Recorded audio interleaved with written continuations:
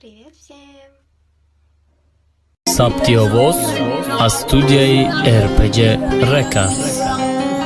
چقدر گیرت بخونم و عرفم بذاره مورا انتظارم و دیگر انتظاره عاشقای دنیا وقتی صفحه دشما من جماعت یک جانم شمال بی تو مطلوبم میکدم من جرده اون زکام بردش که دیگر آدم من جا قیمت های مرزام برد ششتگی ده خونه تیغ ده دست و قلم های گوشه من نجمع گرفتن نگرفتن جان من بخلی وقتا دردی پس بینای وطن و عاشق دای حیاتی باقی نه عاشق کم بغلی یا دنیای نوای و وطن کی دادک من جا جان دفا اگر که گوش که دستا باشی من جا جانی من ای سری توزا ایجاد مصره های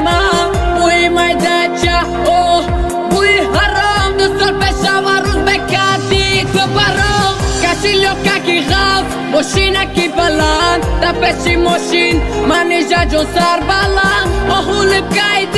حیاتی نو برای من فی ام بیادم یک گم نزد دیلی من جا نمیفورم نام تگیرم دویم برای دی بیاشی در پش گرفته کندی داره ساعت یک نیمه شوشید ایدی بداره دی لوار باسک خشی گوش کنی نداره من جا نمیفورم نام تگیرم دویم برای دی بیاشی در پش گرفته کندی داره ساعت یک نیمه شوشید ایدی بداره دی لوار باسک خشی گوش کنی نداره بازه پاک بچی مقصد دل ما پوردی خرسم دی و حیات ما خش رو قیمت خوردی نولای ما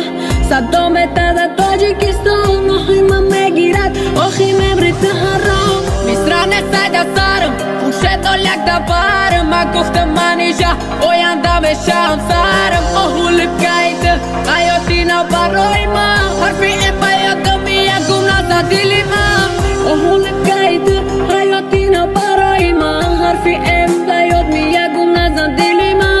ای تنکا تو صد برگه سری خم دیلی رفا دیلم سراخ شید حرفی این ده بر ما چقه نخونم دردی تو ازامتا چی بکی خاکستری سوخته گیره بادنتا یادی تا دیلی ما موندگی خاطیره یادیش کی تو کم روز ای دنیا میبرم منی جا نمیفورم نام تگیرم دویم برای دی بیاشی ده پش گرفته کندی داره ساعت یک نیمه شوشید ایدی بداره دی لوار باسک خشی گوش کنی نداره